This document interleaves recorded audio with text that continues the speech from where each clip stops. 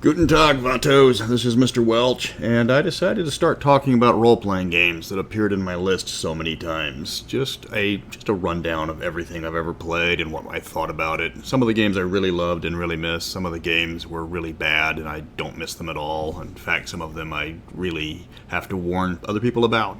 Been thinking about doing this for a while, and I just finally got around to it. So let's start off with the first one I'm ever going to review, which is Street Fighter, the role-playing game. Yes, this is the video game one. It's actually from 1994, written by White Wolf, the vampire people.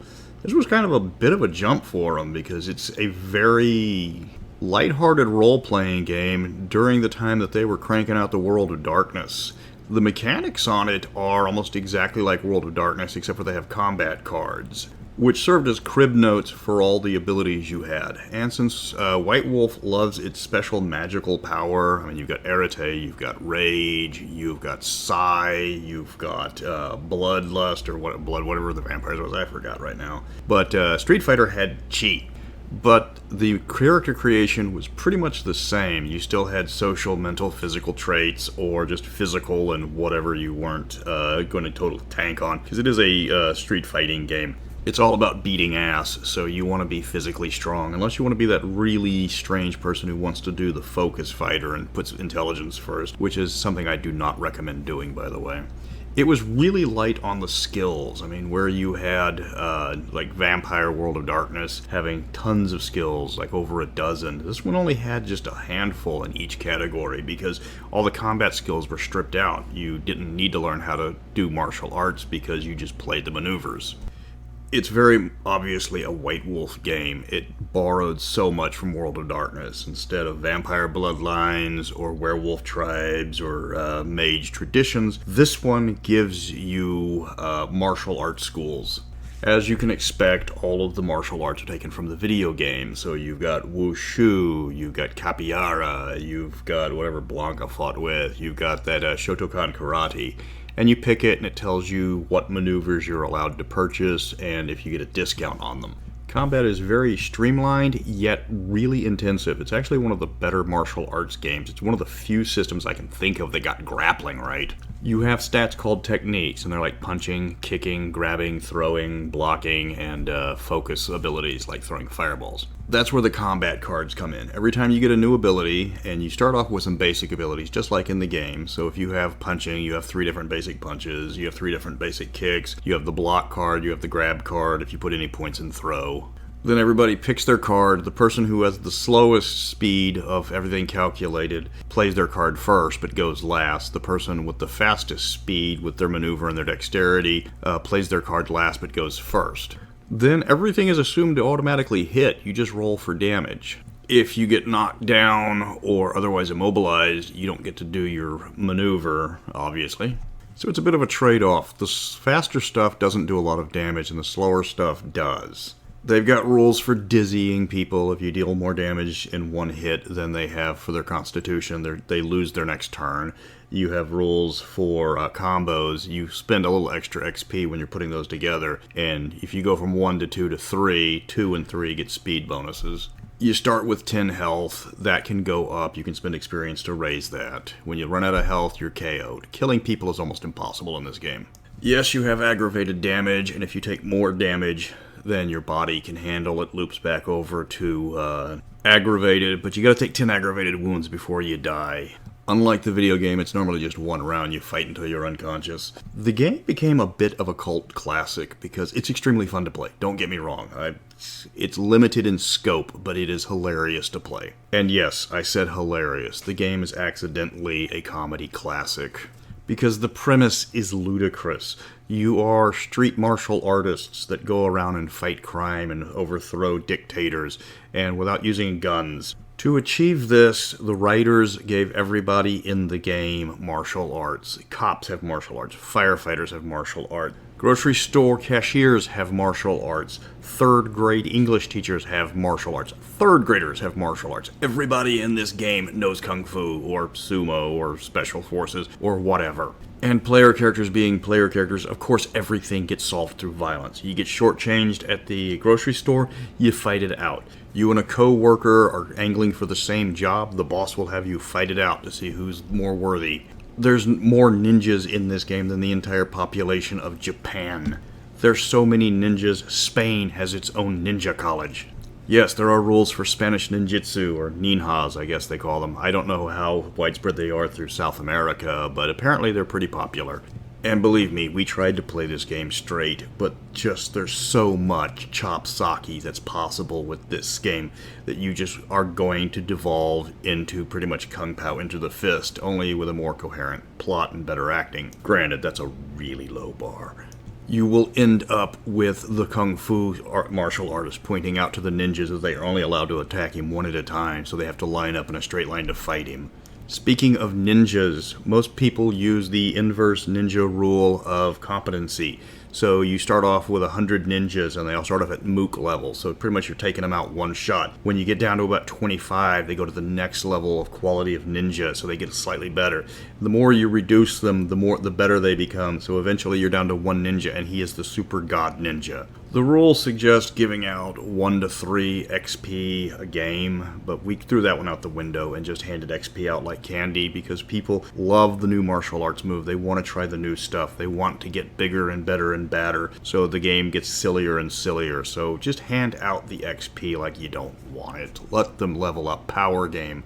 If any game is made better by min-maxing, this is it. There's not a lot to the game. Your skill chart is extremely limited. There's not a lot you can learn except for martial arts. So go out there and beat the crap out of each other. You'll need to grab some miniatures. It is hex-based, and yes, miniatures are a part of it because spacing and location and all of that is extremely important to the game. They give you cardboard standees in the back with some grids, but you'll want to get your own.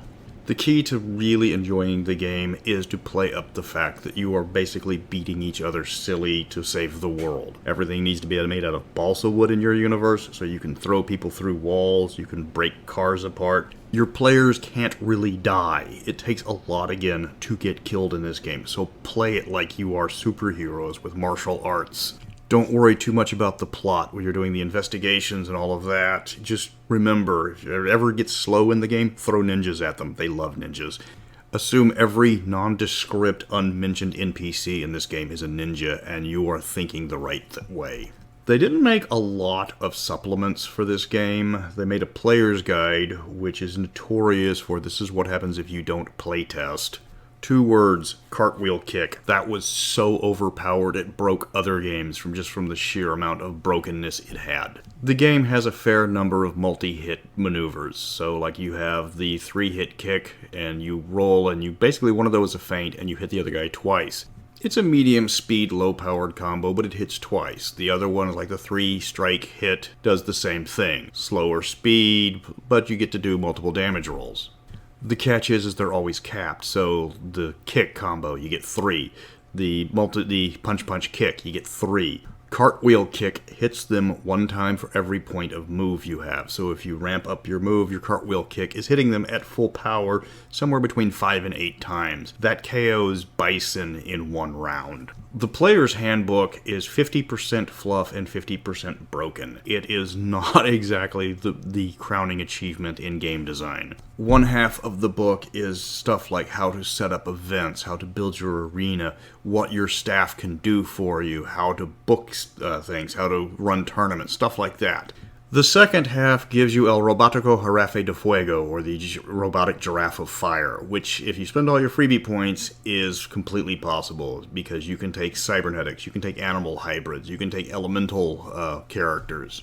Player's Handbook also added ninjutsu and savate, the French kiki martial art, which for some reason got bonuses to damage and against being hit because they have this weird backwards fighting motion, despite the fact that all of the other martial arts also have defensive mechanisms and none of them got any bonuses whatsoever mechanically. Those were the only 2 martial arts that got any bonuses mechanically. Everything else in every other book is just a list of maneuvers and the prices to buy them at. I take that back. Jeet Kune Do had a small ability because you could buy things from other lists at a higher price, but it was such a minor ability, nobody really cared for it. But that's something else to think about, is it has Jeet Kune Do, so Bruce Lee is canon in the Street Fighter universe. Now, this came out in '94, so this only goes to Street Fighter 2. You've got the original 8 Street Fighters, you got the 4 bosses, and then you got the 4 guys that got added later with Cammy, T-Hawk, Feelong, and that other guy, DJ, that was his name. Combos are restricted at 3, so you can't have the Hyper Ultra Turbo combo. You got the, punch, then kick, then throw. That's your combo. It does, however, present a lot more maneuvers and abilities that you just saw in the video game, so you can branch out from other video games and make your own unique character. As far as the supplement goes, the crowning jewel is Contenders. This was a 3-part book. The first one was a bunch of different opponents that you can throw at them, and they range anywhere from basic level mooks to all the way up to the people that will wipe out your entire party. The second one was just lists and lists of new and obscure martial arts, anywhere from pancration to Turkish oil wrestling. There's just dozens of them. The third part was the duelists, and these are the martial arts that used weapons. Swords, claws. They have a picture of a chainsaw on the cover of that one, but don't let it fool you. There are no rules for chainsaws, sadly. So if you wanted to play Rancid from Time Killers, you're going to have to wing it. I think I'm the only person in the world that liked that game. Contenders added so much more material to the system. That's when it really came into its own, because suddenly you're expanding out from the video game. You're not just playing carbon copies or variants of all the different, Ken and Ryu and Honda. You are making your own different characters, and if you want to fight with a sword, you can fight with a sword. They do have boxing and fencing, but you can't actually box or fence in any particular style that resembles actual boxing and fencing, so you had to come up with your own house rules on that one. Other supplements, they had a kind of okay adventure, which had its own martial arts style, which did not really add anything to it because it was just Shotokan karate with a special move. Then you had this GM screen with a surprisingly good adventure. I have to give them that. The Shades of Grey was a decent adventure. If you're getting this one and you get up the adventure screen, make sure they have Shades of Grey. Then you got Secrets of Shadaloo, which was the bad guy book. This is what gave you Vega and Sagat and M. Bison. Balrog was actually mentioned in the main book, and you have to go straight to the back, but they have boxing in there as well. The biggest problem with playing the Secrets of Shadaloo is none of us alive can compare to Raul Julia. Julia's Bison is one of the best geek villains of all time. He was so good that he makes us forget just how bad Jean-Claude Van Damme was in that movie. Just fast forward through all the scenes without Raul Julia, and it's a really good movie. Shadaloo gives you the evil M. Bison base with all of the James Bond stuff. I mean, seriously, you have a killer attack bulls on patrol in one area. Ernst Blofeld would tell them that this design for a secret lair is way over the top. It introduces 3 new martial arts, including Thai kickboxing, the only pure non-bad guy martial art in the book, because it's Thai kickboxing. It's not a secret agenda-driven martial art.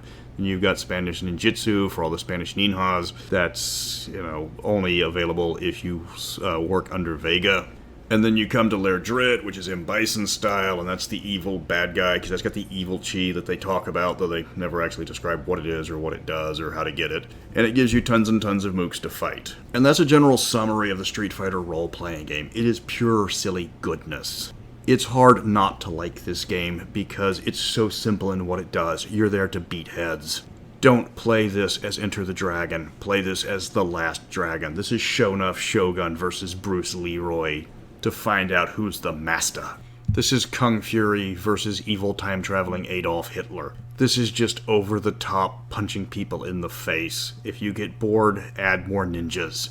Remember, fights can break out anywhere in this game, so if you're in a dark alley, you're in an abandoned warehouse, you're in the Macy's Day Parade, you're in the presidential inauguration, there's always room for more ninjas. If you want to break down and get the game to try to run it, you can get the main book for about $30, $40. I've seen it go for as little as $20. It's not exactly greatly in demand. The Player's Handbook and Contenders can be a little pricey. Just wait it out. The people that are asking those prices are not getting those prices. You can get them for much less than the $50, $60, $100 that they ask for them. The rest of the books you can pretty much get for list price. They're not in demand at all. Street Fighter was not meant to be a silly game. It's written completely straight. There's no humor at all in it. as written. However, player characters being player characters are going to realize just how silly the premise of the game is and are just going to devolve into Kung Fury and The Last Dragon and Kung Pao and all of the other Kung Fu parodies. You're not shooting for Crouching Tiger, Hidden Dragon. You're shooting for Kung Fu Hustle and Shaolin Soccer with this one. But it's easy to learn, it's quick to play, it's hard to get bored, because when you get bored, that's the cue for the ninjas. You can probably get the whole set for under $150, and if it's in decent shape, and they're not that hard to find, you will have some serious amounts of fun. So that concludes the Street Fighter RPG and my mad musings. So come back next time and I will talk about Cyberpunk 2020, since it's one of my favorite Dark Future games, and the video game is supposed to be coming out eventually, though I'm starting to think 2077 is the release date.